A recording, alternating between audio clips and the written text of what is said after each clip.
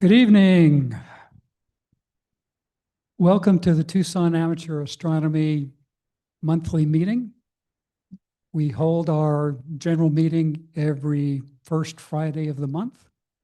I'm Ed Foley. I'm the president of TAAA. We have people here in the audience here at Stewart Observatory's auditorium. We also have members that are joining us on Zoom. And we have guests that are joining us on social media. So we've got a good crowd, I think, as usual. I hope that those in the audience had an easier time finding parking tonight than I did. It's homecoming, right? So it's hopping out there. We are streaming this, and we record the presentations, and they're going to be available on the website following the meeting for any of your friends who are going to be disappointed that they've missed the lecture. It will be available later on the website after we've had a chance to put that together. We've got our crack technical crew here. We've got the Knowles, as usual, helping us with the mechanics of getting the technology to work, Terry Lappin, and we've got a new member, Eric Eberts, who is here with us, and he is our tech intern, I guess. So we'll convert him quickly to our tech expert so that we've got some flexibility in terms of getting all of our tech streamed.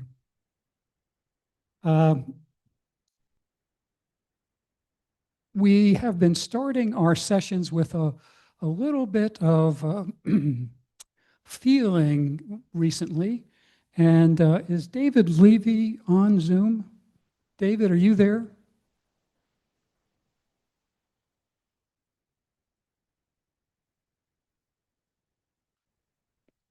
If David's there, he might be muted.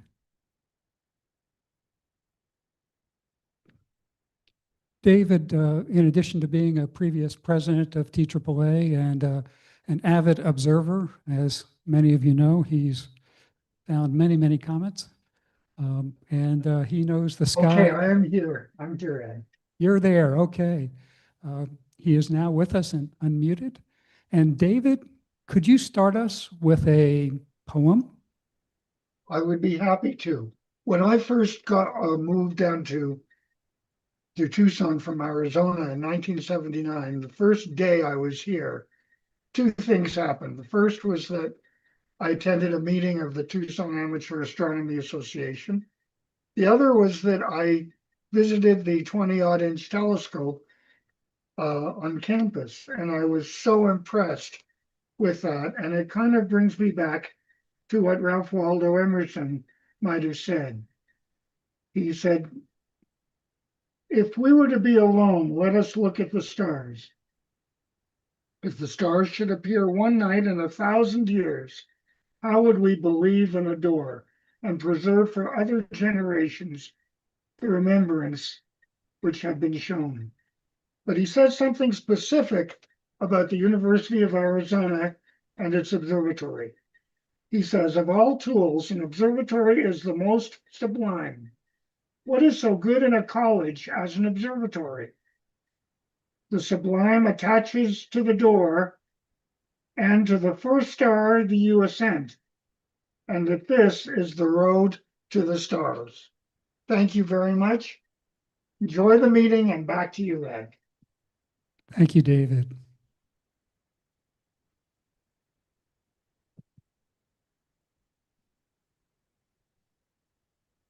During these meetings, we try to bring you everything from cutting edge science to the more mundane of what our organization is doing, what our special interest groups are doing, and so on.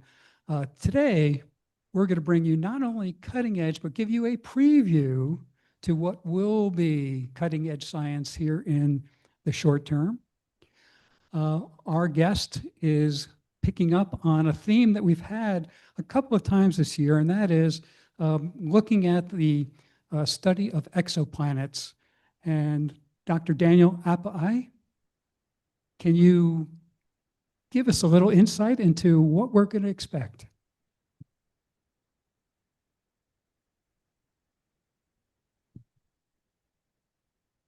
Thank you. Good evening. Can you hear me well in the back? Perfect.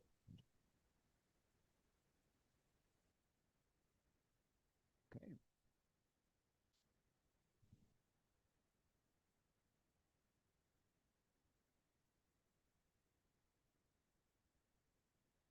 Okay.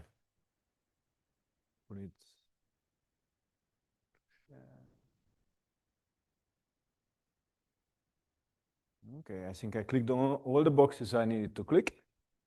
Good. So this is a talk about exploring new worlds in space.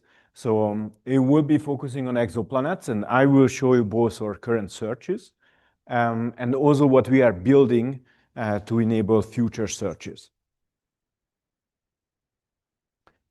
Okay, and I wanted to start this talk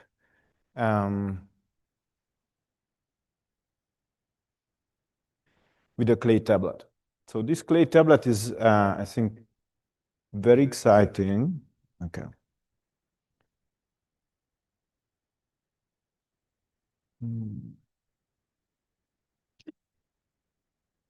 Yeah, I think we get them.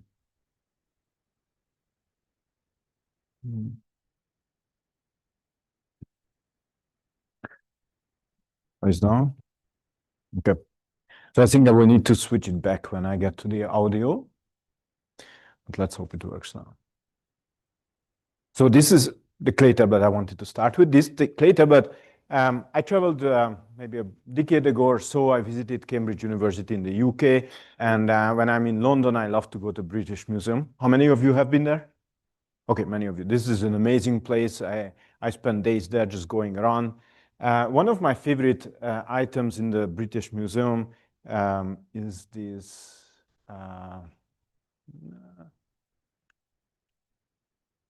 tablet. Let me try again.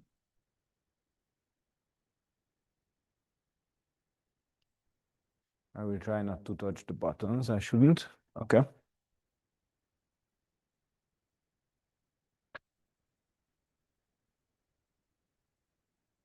Okay.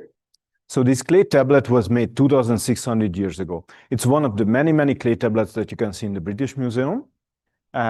This comes from Babylon, the present-day Iraq. And it's a very special clay tablet because it actually not only has cuneiform writing, which most of the clay tablets have, but it has a drawing on it. So, okay. So that drawing is actually a map. So this is the oldest known map of the world. So what you see here is in the very center, Babylon. Basically, the line that cuts across is the Euphrates. And surrounding it is a circular ocean, which they also call as a swamp. And beyond that lie unexplored realms, regions. Sometimes they had some notes, but mostly they didn't really know what lies there. I found this exciting because 2,600 years ago, somebody sat down and tried to capture everything, the whole universe, in a single clay tablet. It actually turns out from the writing on it that this is not really the oldest one. It is a copy. It's derived from an even older document. So somewhere, even in deeper time, older than 26 centuries, lies another map that captured most of these details. So this is, I think, pretty amazing. I can imagine one Babylonian saying to the other one, look what I found. I have now a map of the world. And the other says, amazing, we'll never get lost again. Obviously, this still lacks some important details. And I like to visit the British Museum, but the British are pretty unpleasant hosts. They didn't allow me to walk out with this original clay tablet. This is something apparently you can do in France, in the Louvre, but not in the British Museum. So I actually went ahead and purchased the replica of this because I thought it's so cool. So I never get lost again. I will pass this around if you guys like to check it out. So I think this is exciting. It's really 26 centuries ago, basically a journey began to capture, to explore the world around us and capture it in maps, and then share that knowledge. And I think we are still very much continuing that journey today. Okay, so this is a little bit of the map that is showing some of the key features. And today we have come, of course, a long way from the clay tablet. We now know not only what lies beyond the immediate vicinity of Babylon, but we know our planet, right? So I will not do a quiz, but if I would go even to a primary school, all the kids, hopefully, will be able to identify the continents in our planet. This is common knowledge. Even if we haven't been to Antarctica, we know that it exists, we know where it is. So we have come a long way, and this is a great step from where we were 26 centuries ago. Actually, we got further than this because we took another big step. We have mapped our solar system. While we don't know everything fully in the solar system, we really understand its structure, we understand its components. So I will not do a quiz again here. I'm pretty sure you will all be able to name them, but we now basically have understood the planets that exist in the solar system. We know the star, we understand the structure, we understand the forces that move them around, and then we understand their properties. Okay, so this is, if you like, maybe 2 steps from where we were 26 centuries ago. But if we take one more step and we leave the solar system, then we enter the realm where most people on planet Earth really don't know too much about. So most people will not be able to identify the first 5 closest stellar systems to us. Probably some of you are, but most won't be able to tell what's missing, what I covered here. And probably almost nobody will be able to list all the 25 or 30 closest stars. So this is Barnard stars, Wolf 359, those of Star Trek fans, they must know Wolf 359, Lalande 21185 or Sirius. These are nearby stars, and they are just one of the many stars in the solar neighborhood. Now, by now, we know we have a complete census of the solar neighborhood.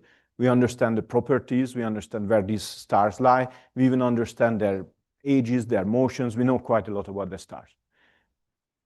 And perhaps excitingly, but most of the worlds around these stars still remain unexplored. We have probably no planetary system, maybe apart from one, that beyond the solar system that we fully explored to the extent that we know all the planets. We typically know maybe 1 or 2 around some of the stars, but we really don't know in detail these planetary systems. It's really terra incognita. We now know over 6,000 exoplanets, which is an impressive number. But remember that we have about 200 billion stars in the galaxy, in the Milky Way, just in our Milky Way galaxy. And so we really have billions and billions of planets that we don't know about, even among the closest stars. We are still searching the planetary systems and the planets around Alpha Centauri or Proxima Centauri. So to me, that was an exciting inspiration when I started my career about 22 years ago. As a student, I studied in Germany. I did my PhD, although I'm originally from Hungary. I did my PhD there. This is an image, a photo that was taken in Spain. I used quite a bit the telescopes in southern Spain in search of giant planets around other stars. And so I thought it would be fun to show some of the photos from some of the observatories I visited, because I think these are fascinating places, and I think you all love telescopes and observatories. This is one of the coolest places I've been to. This is Chile in South America, and specifically the place marked there is the Cerro Paranal, which is home to the Paranal Observatory. This is the European Southern Observatory's large observatory. This is basically the pan-European observatory. So this is built, of course, in a place in a dry mountain, separated from the ocean by the chain of the Andes, and then separated also from the inside of the continent by another mountain chain. So that makes it one of the driest places on Earth, and it's also high altitude mountain, so it's a great place, a dry, dark site, great to observe. So this is the location, of course, where Europe has constructed large telescopes. They have 4 really big telescopes, 8-meter diameter telescopes. This is kind of the same diameter that how many of you have visited the Mirror Lab? Okay, you should all visit the Mirror Lab. It's pretty cool. The largest mirrors we can make here are just a bit larger than those mirrors up there. They use a different technology, but they are big mirrors. So these telescopes can also be coupled together so that they can act via an interferometry by one big telescope. So this is try this again. So this is at sunset. We open the telescopes. We turn them away from the sun because you don't really want to burn what's inside the telescope.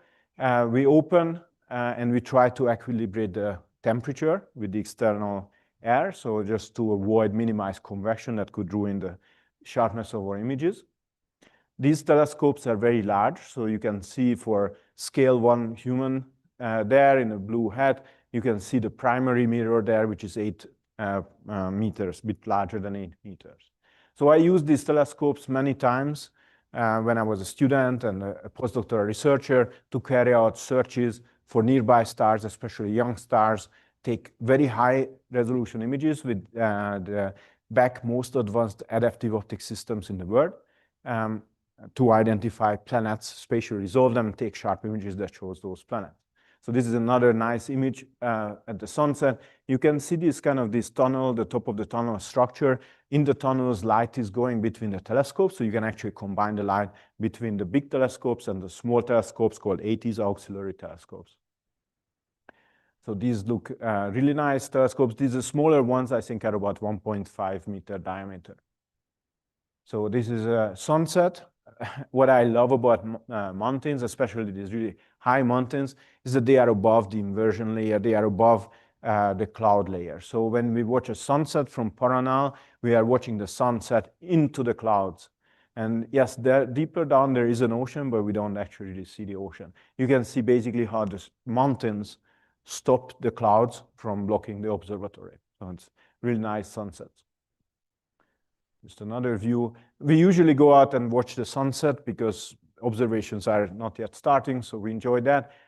The nights are long, and I'm sure you all know, especially in the winter, they can be very long. We stay on site, but we don't sleep on the mountain. We go down to sleep in the hotel that's provided, the residencia that's provided by the observatory. You can see this there. I cannot point with this, but it's basically that location is with the dome visible there. So that is built underground, and it's a really amazing structure.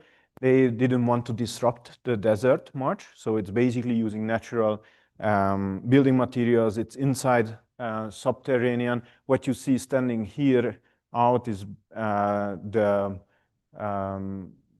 top of a tropical garden, actually underground, and it's also a dome that can be closed in the night, so no light escapes. Underneath, there are room for about 200 people.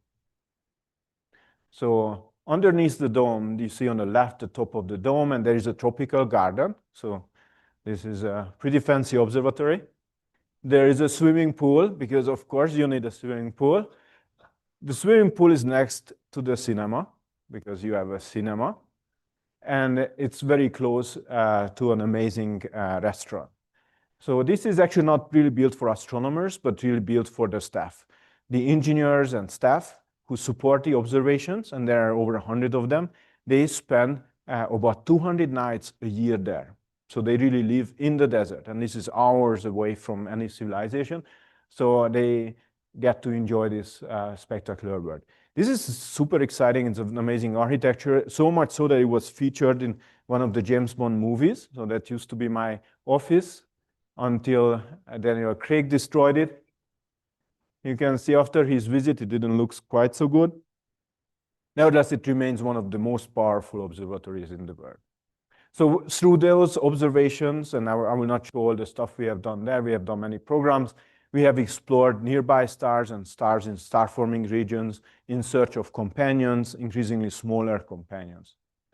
But the high contrast imaging technique, basically we reached the limits in terms of for the closest stars, and I had to find another way to survey nearby stellar systems. So I turned to another technique, and that is a technique I'm sure most of you are familiar with. These are planetary transits. So this is an illustration.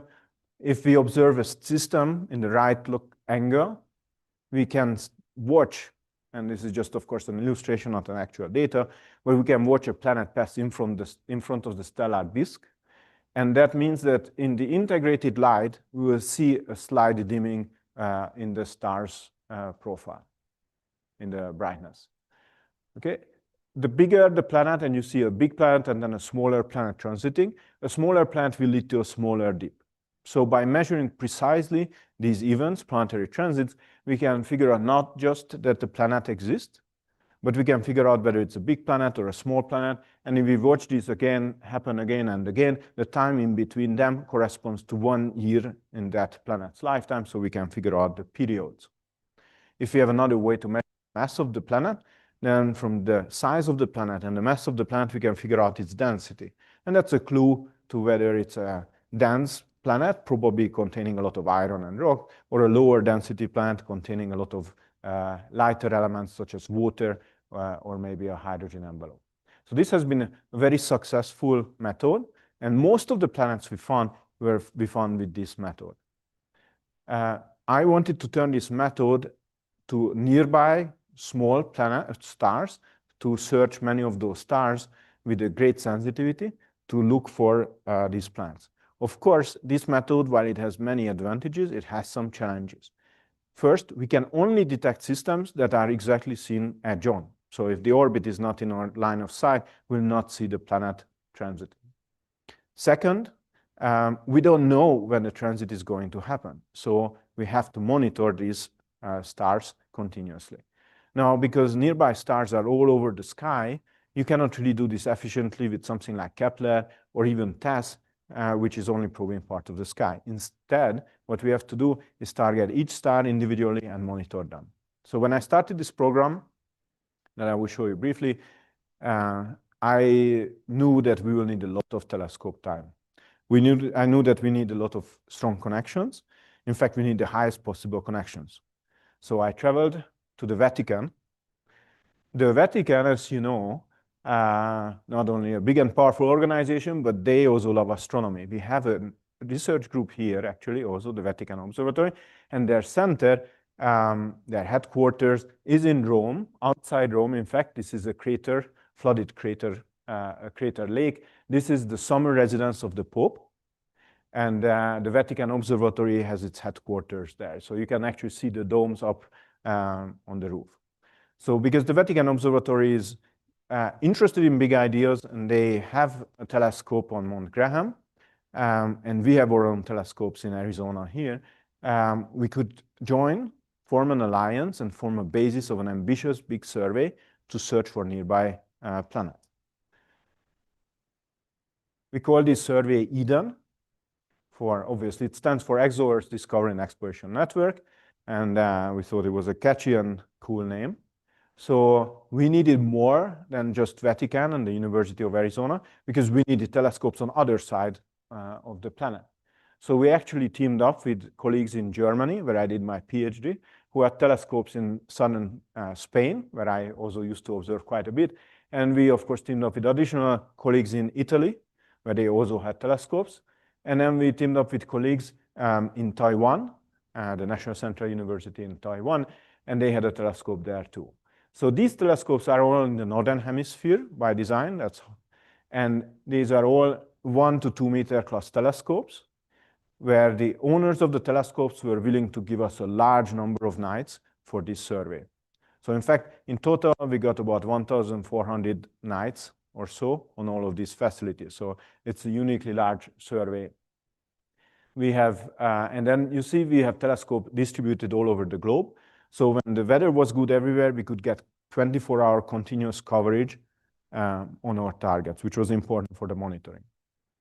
So this was many cool results emerged from this. I just want to show you one.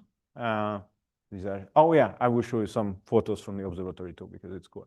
So this is Mount Graham, or observatory. This is just one of the nights when we drove up, when it was cold. It's pretty, I think it's an amazing experience always to start from the desert, where it's, even in the winter, it's a bit warm. And then you basically ascend this mountain, really high mountain. Of course, there's ice, so we had to install ice snow chains to get through this. And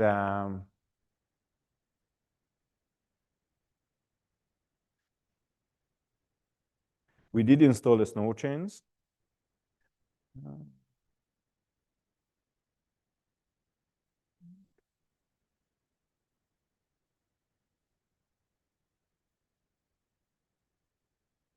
And traveled all the way up to the summit.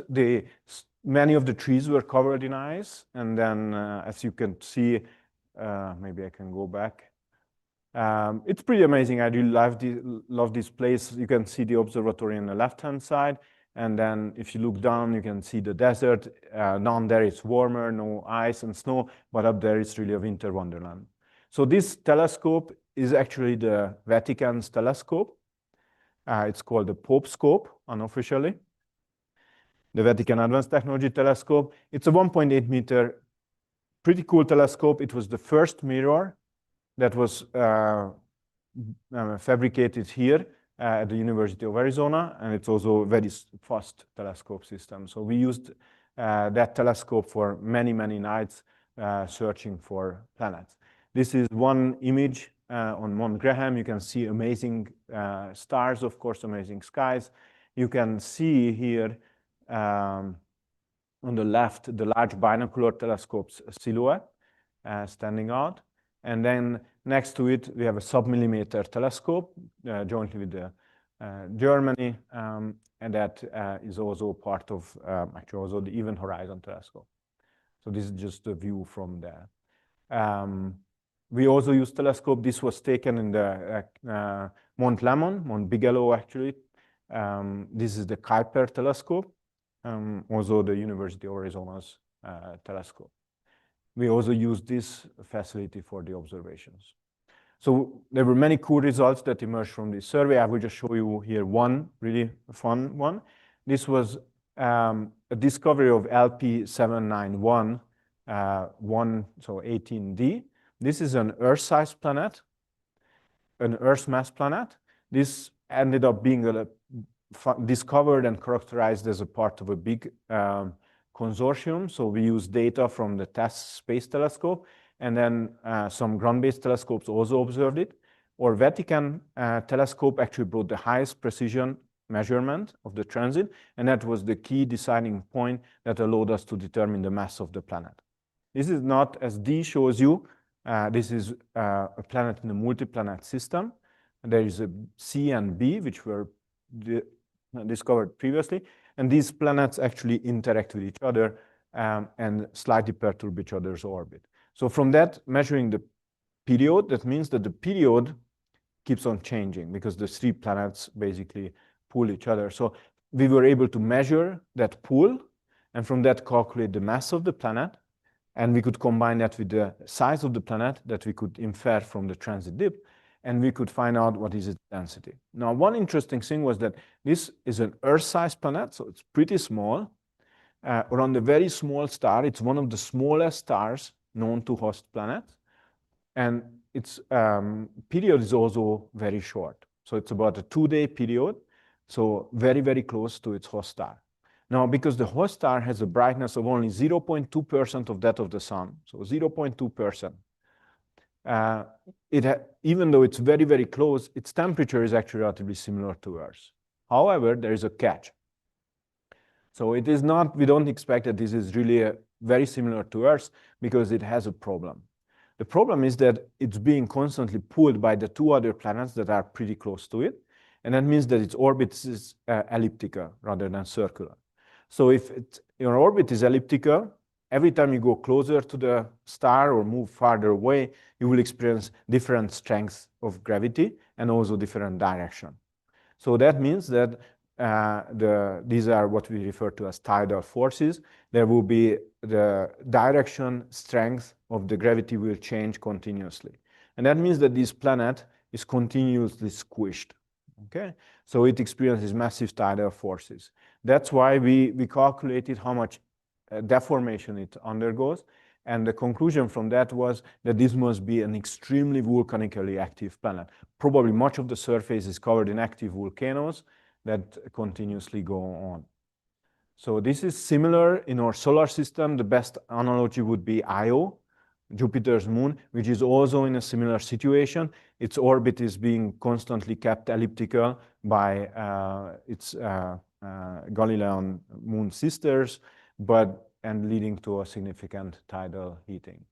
So it's a great planet, small planet, size of the Earth. It could be pretty nice for search for life, but it has so much volcanism that I don't recommend that you buy a house there. So we continued the search, but this was one cool discovery. We're now looking further, so we carried out that campaign. I want to show you something what's coming.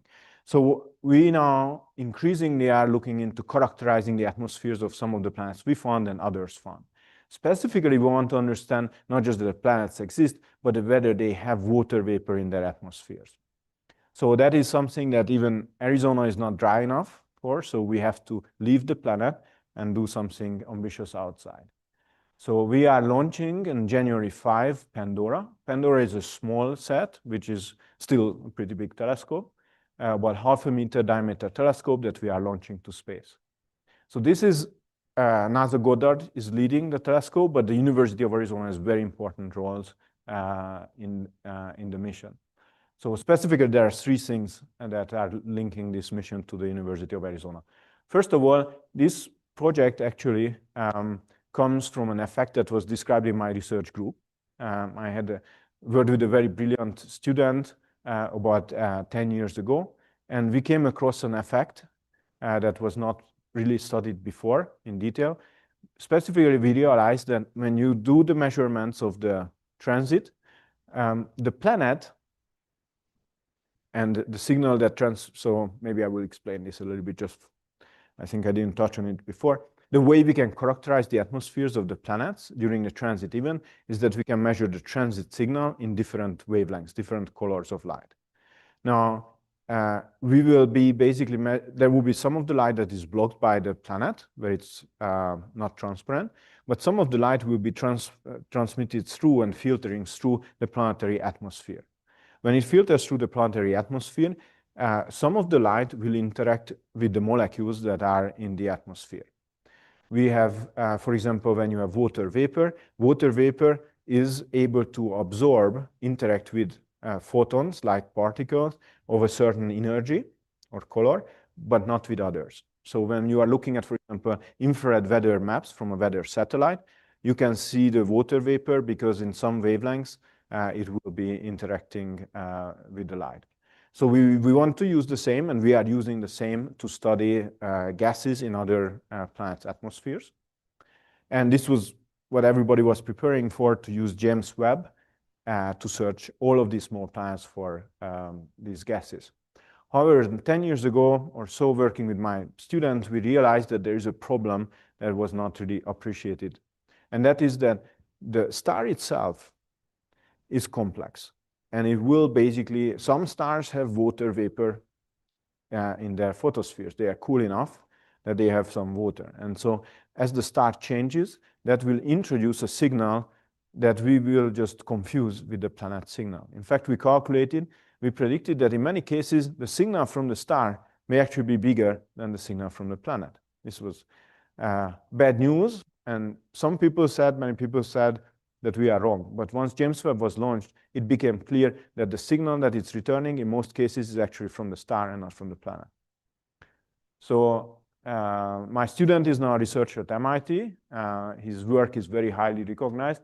And in fact, NASA came back 2 years later and they said, we understand now James Webb is not going to be able to do everything we hoped it would do. And we want to launch a second telescope dedicated to this effect to help disentangle the signal. So this is Pandora. Pandora, so that's one of the connections to Pandora. The other connection is that once it's launched, we will be operating Pandora from here. We were part of the proposing team, and my colleagues in the Applied Research Building, they proposed to operate and control the telescope from here.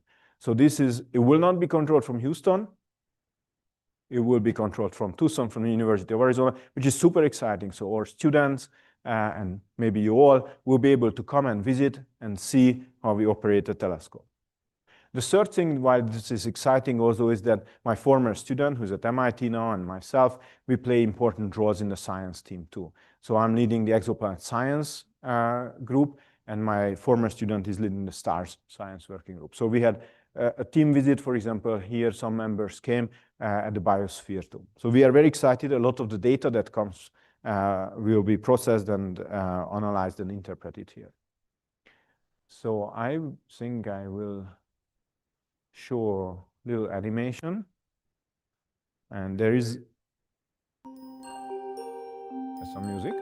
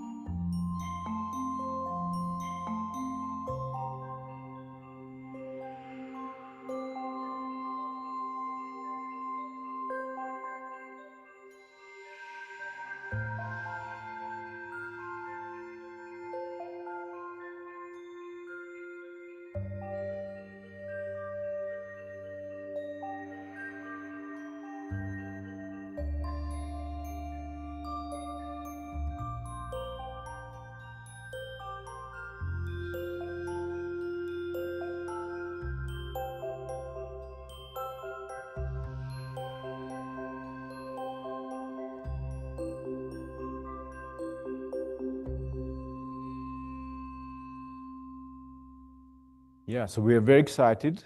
The launch is scheduled for January 5. If you are interested in the target, some of you maybe want to learn more, there is a page called ExoFOP, Exoplanet Follow-Up Program, and there we already have a catalog of our targets. So you can actually go there, click on this, and explore the individual planets. Many of these are small planets. We have a couple of gas giants too. So to me, this is super exciting. Pandora is a relatively small telescope. You can see in the corner, so it's about the size of a medium-sized fridge. It's much more expensive. But it is still basically, compared to something like James Webb or Hubble, it's a small telescope, a relatively small budget. We spent about $20 million. But what is most important is that was built very quickly. So we spent about 3 years building the whole mission. And now we are going to launch it. So it's basically an experiment from NASA's side to show or to test whether the community can actually build and design, build, execute, fly, operate a mission quickly and at low cost, or do we really have to go this traditional path, spending maybe 25 years building an observatory? So we are showing that it is possible. We actually managed to get to launch on schedule, on budget, with everything working. So we still have to launch, but we are pretty excited about this. So I had an opportunity a few weeks ago to visit Pandora to say goodbye. This is the last time, the first and last time I've seen the whole thing assembled. It is now traveling to California, where it will be integrated into a SpaceX Falcon 9 rocket for a launch in 2026, January 5. So we took photos, and I also took this photo, which is interesting, and I want to tell you a little bit the story of this photo. So I had an opportunity to stand next to it. As you see, they tell me where I can stand. I cannot stand too close to the telescope. I can stand on the X. And I had with me a flag that I think is pretty special, and I wanted to show you this flag. So this flag is the flag of the Explorers Club. How many of you have heard about this? Okay, some of you. So the Explorers Club is something pretty cool. It was founded in 1904. So 124 years ago. and is the premier organization that supports scientific and field research. So it's the members of the club were among the first, or actually those who landed first on the moon, visited the North Pole, the South Pole, Mount Everest, descended to the bottom of the Mariana Trench. They were all members of the Explorers Club. So some of the more known modern members include currently Jeff Bezos is the honorary chair of the club, and many other people belong to that. So I was recently elected a fellow of the Explorers Club, which I thought was very cool. We have a couple of other fellows here at the University of Arizona too. Let me show you just a brief reel from what the Explorers Club does.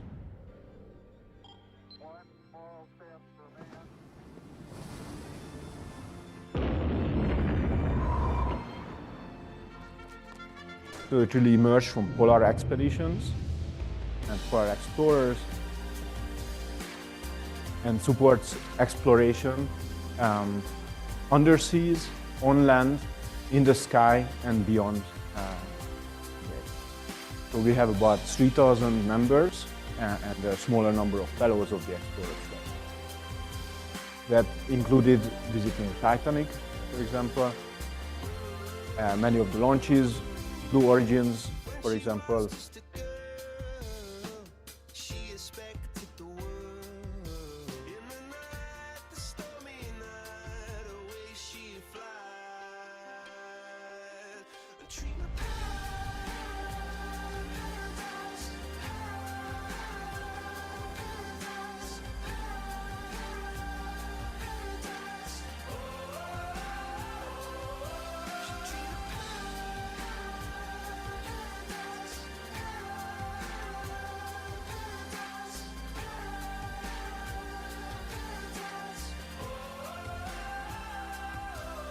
Okay, so we actually are holding some events in the Explorer Club. There will be an event in January or February in the Flandreau Planetarium, in case you are interested. Okay, so we got actually a flag to bring. So this is the flag I got for the Pandora expedition. And it looks a bit crappy maybe, but I will tell you what the story, it has a story. So the flag actually started its journey in 1948. So it's been almost 80 years that it's going from one expedition to the next. It started with expeditions in the Juno ice field, 1948, and went into many, many expeditions. These are just some of the highlights. So among others, it descended to the Titanic, actually in 2 expeditions. It visited the sister ship of Titanic, Britannica. I will have an image of that later. It was also carried by Jeff Bezos' expedition to retrieve some of the Apollo F1 engines from the Apollo program that crashed in the ocean. And also visited the Britannica, the sister ship of Titanic, which was renamed, but nevertheless sank. So we are excited to have this flag. We are carrying it to just a clean room, and then January 5, I will be bringing the flag on behalf of our team to the launch too. And so we will be displaying this in the Mission Operations Center for the duration of the mission, and then after we will return it. So I will mention also that Sylvia Earle also carried this flag, among others. So we are pretty excited about this. When you enter the Steward Observatory, you may have seen a countdown clock. We have an active countdown clock. I took this photo about an hour ago. We are 59 days away from launch and counting, so we are really approaching it quickly. So with Pandora, we will be exploring 20 planets, and we'll be searching for water vapor in their atmospheres and understanding their stars. Well, what comes after Pandora? So I've been working for the past 10 years on something much more ambitious. This is Nautilus. It's a very active project where I set out about 10 years ago to try to find a way to study about 1,000 approximately Earth-sized planets with high enough sensitivity that we can search for signatures of life. This is much more ambitious than what any other attempts are trying to pursue by about a factor of 100. But I think we need this large sample because I think that Earth-like planets are complex. And if we want to understand and correctly interpret potential signatures of an alien ecosystem, we need a large sample. So this was not something that would be possible with James Webb or its successor. Currently, NASA is building a telescope or getting ready to plan to build a telescope that will be similar to James Webb, but will be taking sharper images with the goal to search for nearby Earth-sized planets. And with the current technology or the extension of that technology, that mission will be able at best to find, in my assessment, somewhere between 5 to 10 planets. I set out to try to build a mission that could do 1,000. To do this, we had to completely rethink how we build space telescopes. So the current paradigm is that we spend about 25, 30 years building one telescope, Hubble or Spitzer or James Webb. And those telescopes cost about $10 billion. And we put a lot of risk, a lot of time, a lot of energy into building one copy. I think the times have changed and we need a new approach. That is happening because we have a completely new access to space that we never had in the past. We now are able to use reusable launch vehicles, and those launch vehicles allow us to lift much more weight at much lower cost, much more frequently to orbit with very high reliability. To give you an idea now, every 2 years, we are launching more satellites than in the entire past history of the space age. So it's an exponential growth. We are bringing up new and newer telescope satellites. So based on that, we developed a new concept. This is Nautilus. In Nautilus, we would use some of the largest available rockets, and we would not just launch one telescope, but we would create a telescope structure that can be mass-produced. So we would launch many telescopes, many units. Each of these is 8.5 meter diameter. Each of these is larger than James Webb and Hubble combined. And we would be launching many of them. Now this is possible, we argue, because almost everything here has space heritage. You could do this from existing components except one thing. You need a different optics. You just cannot build this many large mirrors. Mirrors are heavy, expensive, they take years to fabricate. So we knew that to realize this vision, we need to change the way how we build telescopes. And so we developed a new type of optics. I will show you that work, but let me first describe some of the other properties of this. So these would be each 8.5 meter diameter front optics. They are actually lenses, and I will explain these special lenses. And with 1, 2, or 3 rocket launches, depending on the payload fairing, we can build up a light collecting power that is equivalent to a 50 meter diameter telescope. So it's much more sensitive, 100 times more sensitive than James Webb. This is nice because this is not just one telescope. You could turn each of these telescopes to individual targets. So maybe you wanted to study supernovae, you wanted to study asteroids, someone else wants to study exoplanets, everybody could use them. But when you need the combined light collecting power because you want to do something really challenging, you can turn them to the same target. So it has the flexibility, it has the risk tolerance. If one of these breaks, the whole system will continue to work. Whereas if one of James Webb breaks, there's only one, so the whole mission is. So it has many advantages. Also here, whereas in the current paradigm, we cannot launch James Webb until it's 100% ready. With this approach, I can launch the first 10 units, even tweak the design and launch the next one and the next one. So I can distribute my risks, distribute my costs, manage budgets better. Now to make this happen, the key thing is the optics. How do you collect so much light in a way that it's at low cost, mass producible? So our vision is to use a technology very similar to how you create car windshields. You can mass produce basically large optics at very high quality and very low cost. And the method that you are using here is thermoformation. We have a mold. We press the mold with high pressure and high temperature, and then we are able to create at high precision optics. Of course, these are not telescope optics, right? So we cannot just use that technology. We had to reinvent telescope optics.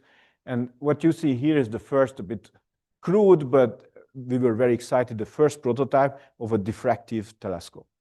So in the past, telescopes started with refractors, some of the first lens-based telescopes that use refraction to focus light. Then for a while parallel, and then we transitioned mostly fully to mirrors that use reflection to focus light. Most of these use the geometric nature of light propagation, but light itself is really a wave.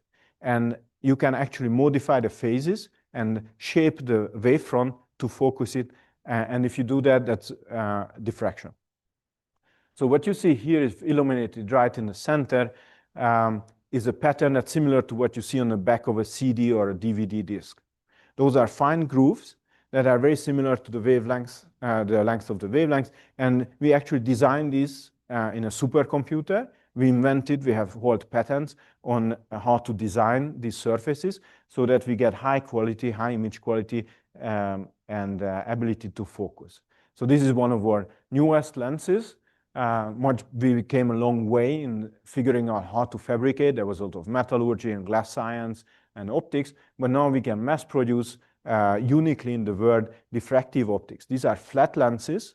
They can be completely flat. Nevertheless, they give good quality images and focus.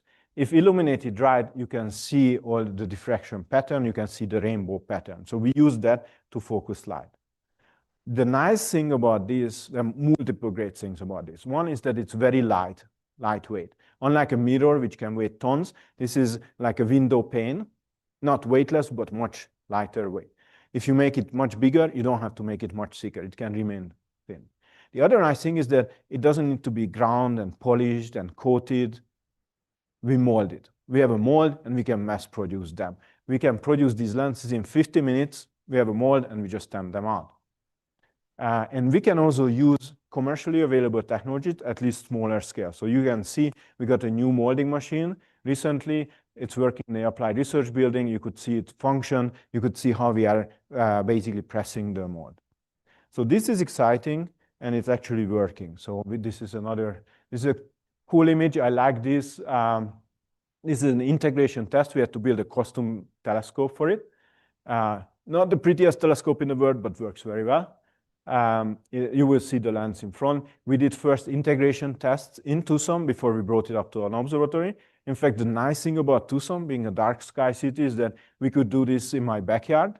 So we had pizza and some beer while we were integrating a telescope. It was the right way to do a run.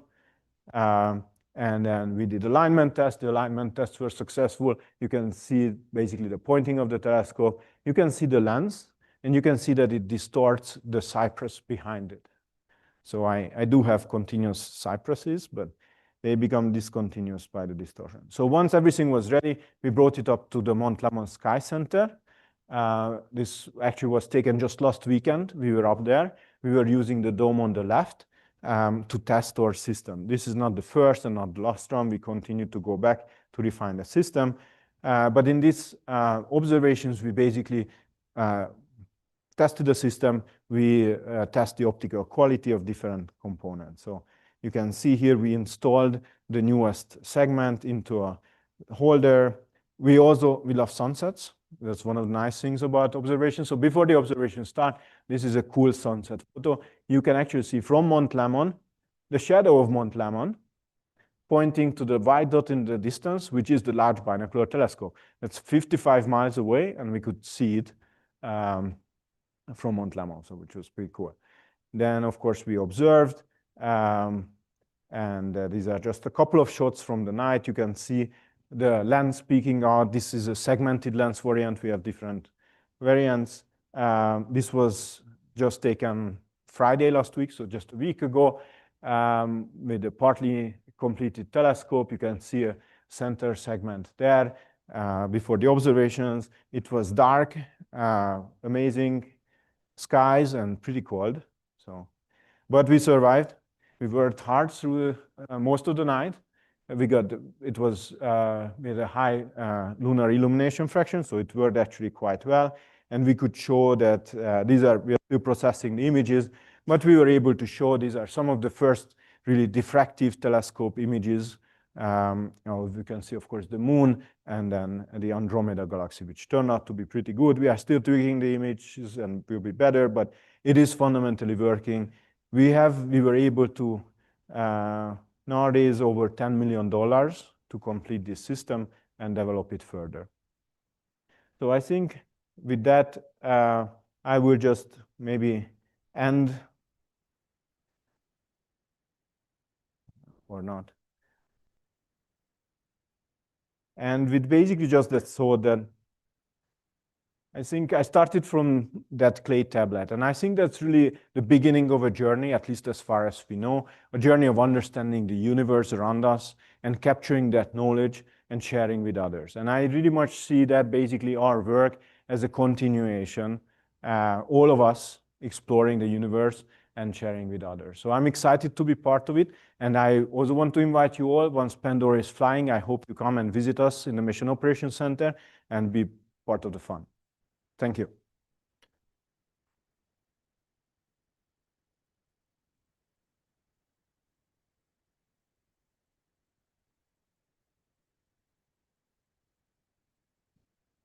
Good. I'm happy to take questions, and sorry for all the Zoom issues and not sure exactly what was the problem, but. There's a question here. Wow. This diffractive telescope, is Celestron going to take your patent, and will we be having one out at CAC here sometime soon? It's possible. We are thinking on ground-based uses too, because that's not our focus. The biggest gain is going to space, and that's where I really want to. But this definitely came up. We have been approached. We are looking at building, currently a plan to build many of these lenses so that we can cover a large chunk of the sky and provide near continuous monitoring. So that's one of the things I would like to do, but it's a bit lower priority than going to space. And I think eventually we will be able to provide it probably also for ground-based uses and maybe commercial uses. If you had let's say a 10-inch diffractive telescope and you set it next to your 10-inch Schmidt-Cass, how would they compare in optical quality or depth, or how do you compare them? Yeah, so basically they would be similar, but there would be some differences.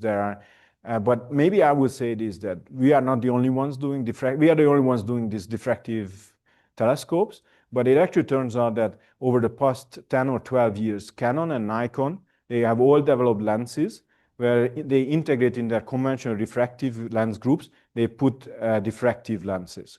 So they do that because diffractive lenses have opposite sign of chromatic aberration than refractive lenses.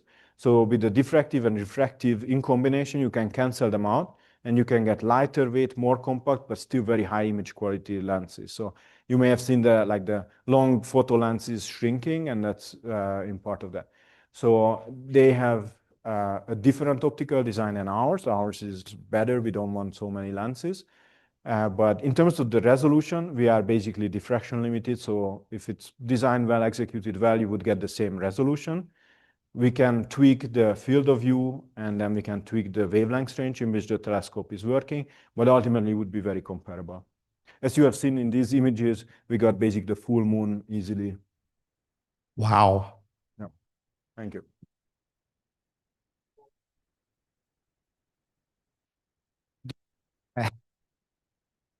Right on.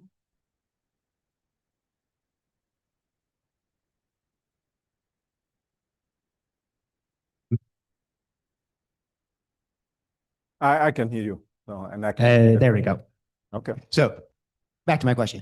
For the planet LP161D, I think, that you found, which has an active volcanic system, is that planet in a long-term stable orbital configuration with the rest of the system, given they're all gravitationally interacting with each other? And will it be eventually ejected out of its parent star? That's a super good question. So we know that it has been long-term stable because it's an old system, but it's always a question whether, will it be stable forever? Interesting, even for the solar system, it's not completely clear that it will be stable forever as it is now today, because just long-term integrations. It's definitely stable for a while, but maybe not indefinitely. In this system, we don't know enough about the other planets to really predict if at some point in the future it could become unstable. Right now, I would think probably for many tens, 100 million years, probably will be stable. But you are right that because of the interactions, they are pretty close to each other, and we don't know what else is outside, especially if there's a more massive planet outside in a more elliptical orbit that could really perturb them further. So that's a good question. Yeah, I think this is probably redundant that you explained it and I was late, forgive me. Can you tell me what that flag means again on the bottom? Oh yeah, so this is basically, it's a very old flag. So this was the Explorers Club flag. It's an E and C for the Explorers Club. And then this is basically the World Ocean symbol, which happens to be similar to the world map that I handed out. And hopefully it will come back. I'm sure it will come back at some point.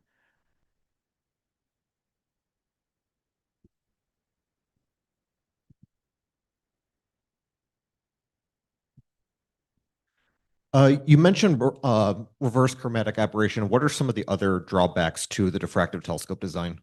Yeah, so basically,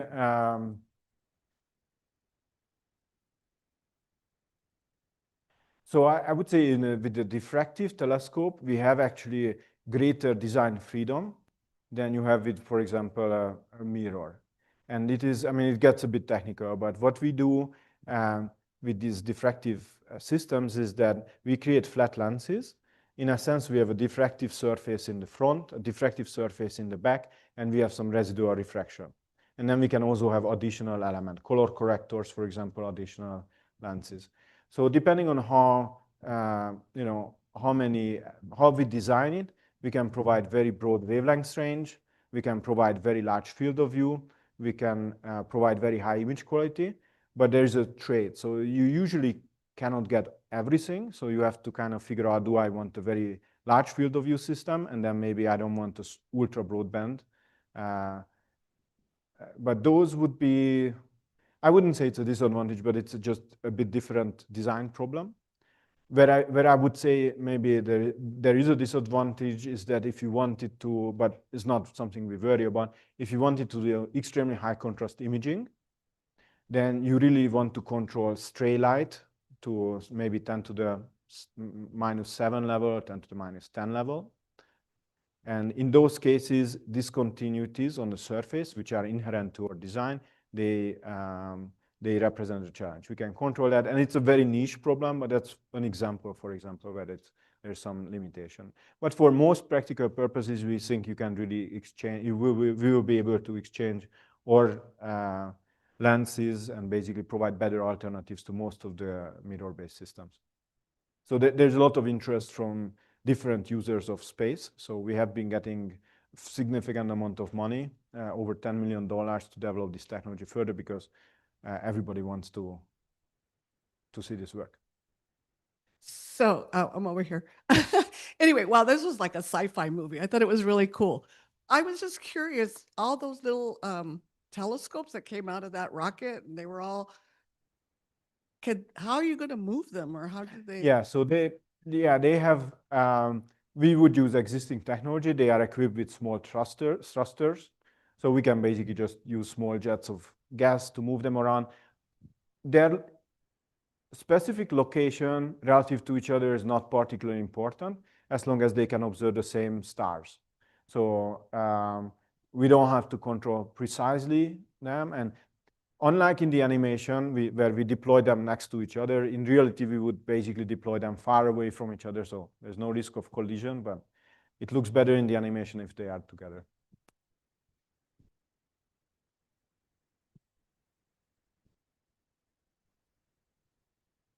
How do you get the surface resolution of the mold that you use to make these lenses? Yeah, it's an excellent question, the surface resolution of the mold. So basically, we use a supercomputer, and my colleague Tom Milster in the optical sciences invented a methodology, and we published it, how to design the surface. These surfaces are fairly complex.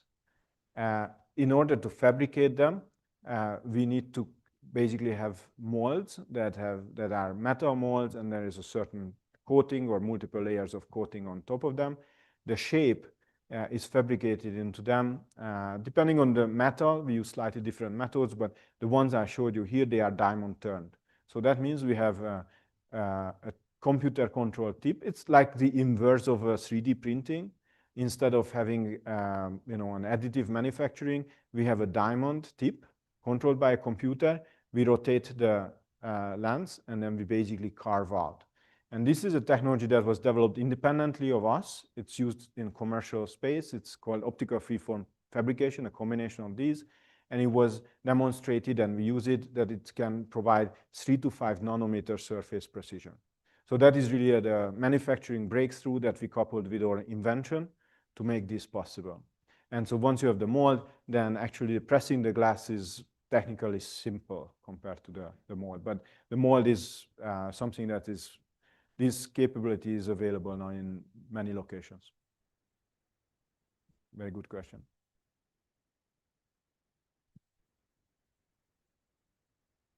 Thank you for the great talk. And is the diffractive optics only for the imaging, or can we do the spectroscopy and polarimetry with this? Yeah. Very good question. Yeah. So basically, for most practical purposes, these will be really functioning as you would use a high-performance refractive system or a reflective system. So yes, we actually intend to use them for spectroscopy also.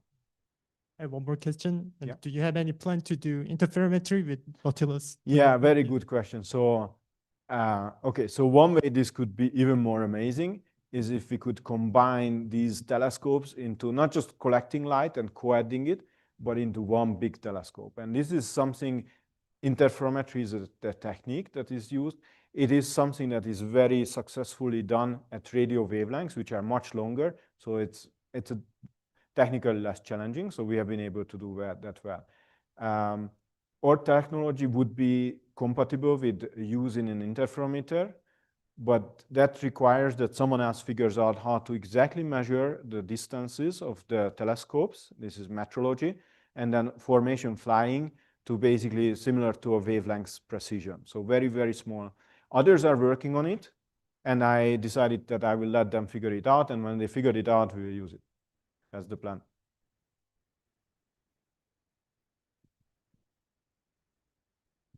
Will you be able to detect the concentrations of the atmospheric gases in these exoplanets? Yes, that's the goal. So the question is if we would be able to detect the concentration.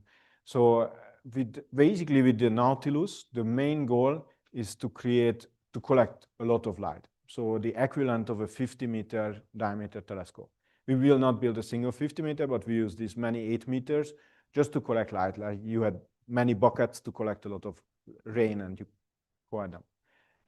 Why we want to do this is to basically have a very high sensitivity when we measure the transit spectroscope, basically the transit observation, so we can, as a function of wavelengths, measure the transit depth and see how it changes. So we will do that to pick up basically optical absorption features in the atmosphere, like water, oxygen, ozone, and we have done simulations. We basically derived the telescope size from the requirement to have high enough sensitivity to study 1,000 Earth-sized planets with high enough precision that we actually can identify ozone, oxygen, water vapor. So the answer is yes. There are always some limits and etc., but yes, that's the goal.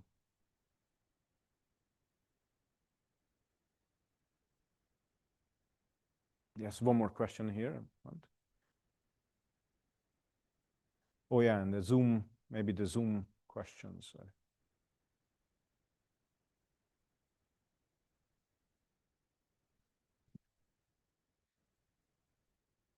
So my question, because you're looking at Earth-sized planets, and when you look at the Earth, it has such a small atmosphere. I mean, that layer is so Exactly. thin. So is it expected that most Earth planets would be similar, or do you think, I mean, you would be able to tell the thickness of the atmosphere, I assume, But it just seems so thin. How do you? It's a see very, it? it's a great question. So basically, the signal that we will need to look at is a part per million level. So 1 out of a million. This is basically similar to what, for example, the Kepler Space Telescope did, but just not in spectroscopy, but just basically detecting that the planet is there. But if that, or a factor of a few better precision, but if you can do that for many different wavelengths individually, then you can really start to compare the transit depth as a function of wavelengths and then figure out absorption features.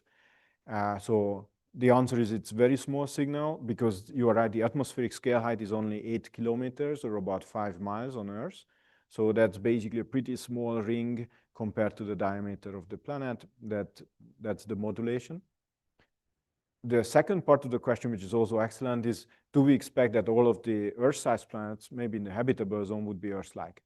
And I don't. And I think that is why we need a large telescope, because we need a large sample, because many of them, I think, will not be Earth-like. And for many of them, some of them may not have atmospheres. Others may be completely covered in hazes, and we just don't see anything of it. Maybe hundreds of them will probably not have life. So I think all of this comes from my strong feeling or vision that we need a large sample, because otherwise we will not get enough signal. And if we get signal, we may not be able to really tell, is this really life, or what are we really seeing here? So I think it's a complex problem. We need a lot of data. We need a large sample. And for that, we need a large telescope, for which we had to redesign telescopes. That's, yeah, very good question. So I will just mention, there's no questions here on YouTube, but 2 comments. One is thanks for the stream, and wow, beautiful. Thank you.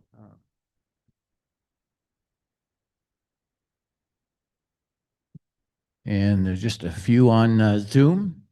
Richard Spitzer asks, why name the mission Pandora? That's a good question. I cannot really answer that. I didn't give the name. This came from the PI, Elisa Quintana. And I think she explained once, but I don't know exactly the answer. No. Google it. Yeah. All right, Peter Jadecki asks, the Explorers Club flag, what number is it? Sorry, what? What number is it? Oh, yeah. So this is, I think, 132. 132. Okay, 132. So each flag is numbered, and then you can actually track the expeditions it went to. So there are a couple of articles about this flag online. All right, and one last question from Sam is, could you please briefly summarize again how we might visit your Pandora Control Center? Oh, yeah. So what we will do, we haven't figured out the process yet, because this will be the first mission that's controlled there. But what I would suggest is that I will ask the Steward Observatory to basically provide a similar entry to like the Mirror Lab public tours. So we have a person who is organizing the tours. We will provide some information. We'll put it on the website. But generally, I think what the process will be that people interested will be able to contact us via the designated email. We can certainly probably provide a specific tour for the TAA. So I think we can do a special tour here, but then we'll also probably figure out a way to organize some public tours maybe every 2 weeks or so. And I'm working on getting like a telemetry monitor in Steward Observatory lobby. So if I get my way, there will be a big screen where you can always watch where is Pandora going, what's the temperature, where it's looking for, I think, where it's looking at. So I think that would be cool.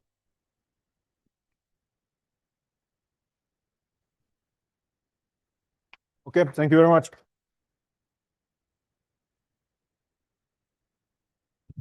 Thank you so much. I'll reiterate, wow. That's just exciting to think about what might be possible. Thank you very much. Okay,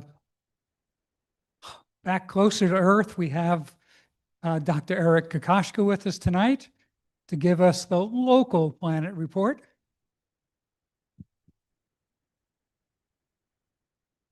Here, Eric.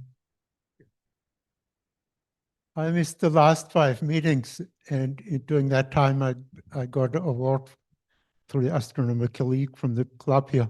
And I'm not sure if a person that misses so many meetings is really deserving an award.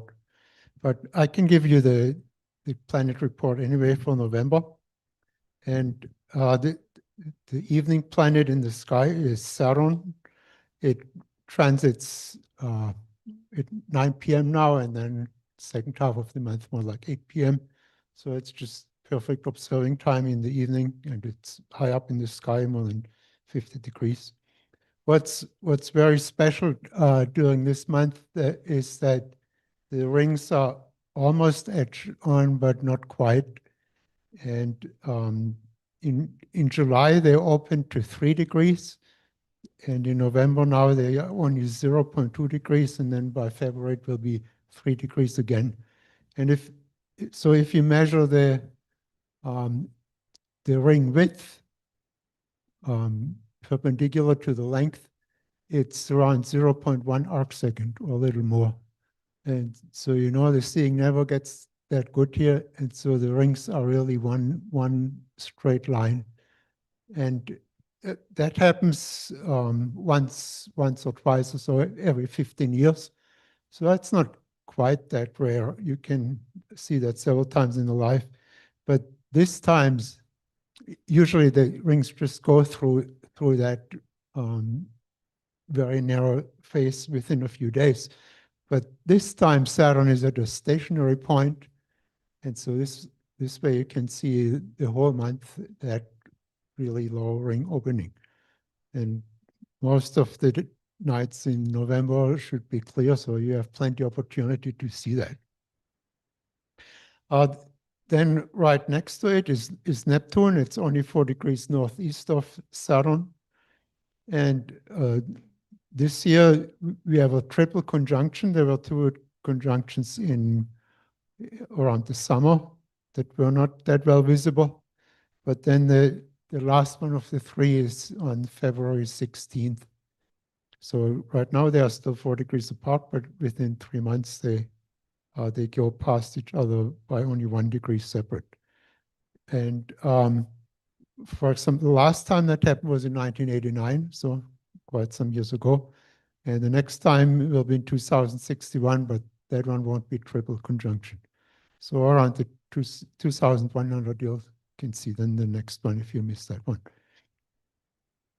The next planet up is Uranus. It's in opposition on November 21st.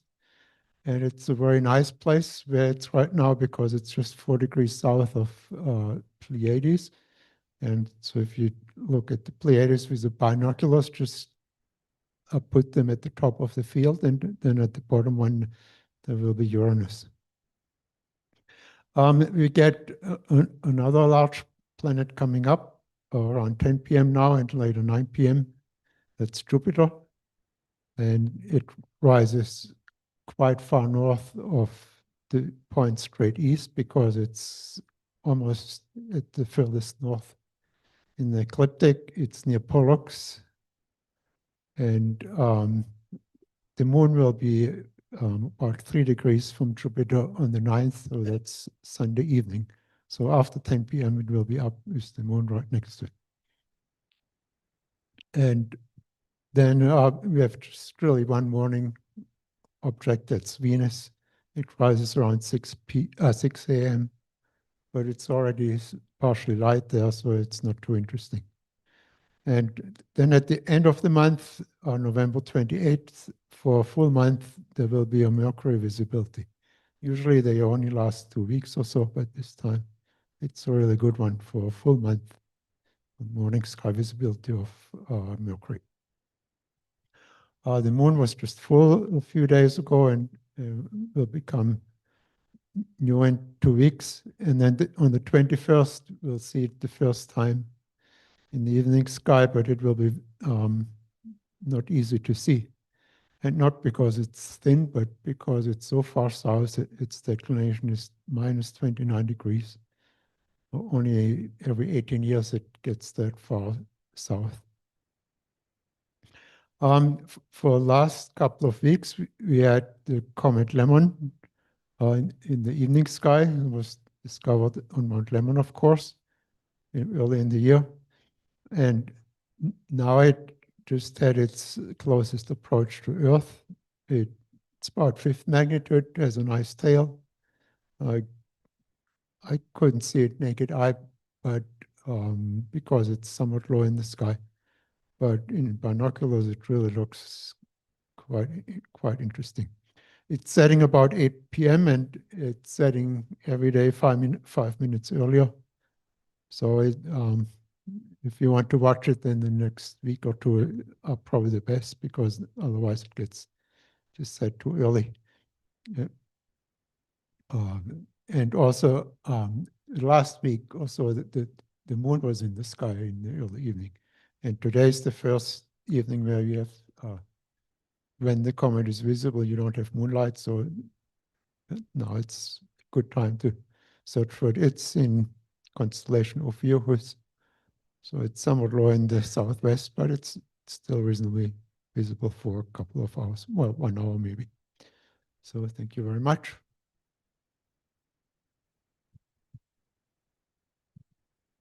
Thank you, Eric. There's a lot going on in the sky this month.